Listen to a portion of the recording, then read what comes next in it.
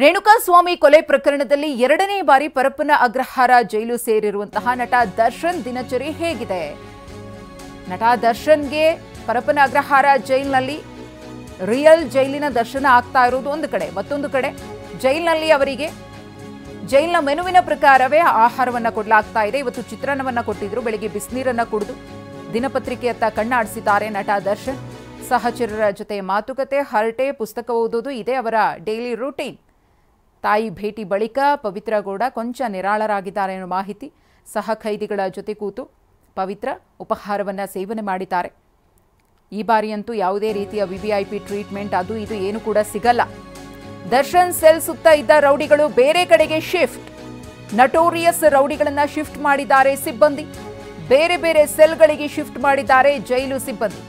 ಕಳೆದ ಬಾರಿ ನಟ ದರ್ಶನ್ ರೌಡಿಗಳ ಜೊತೆಗೆ ಕಾಣಿಸಿಕೊಂಡಿದ್ರು. ಅವರ ಜೊತೆಗಿನ ಒಡನಾಟ ಫೋಟೋ ಸಮೇತ ಬಯಲಿಗೆ ಬಂದಿತ್ತು.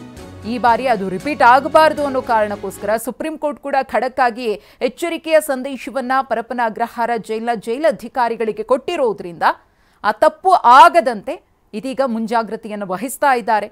ದರ್ಶನ್ ಸೆಲ್ ಅಕ್ಕಪಕ್ಕ ಇದ್ದಂತಹ ರೌಡಿ ಶೀಟರ್ಗಳನ್ನ ಬೇರೆ ಕಡೆಗೆ ಶಿಫ್ಟ್ ಮಾಡಿದ್ದಾರೆ ಅನ್ನೋ ಮಾಹಿತಿ ಇದೆ.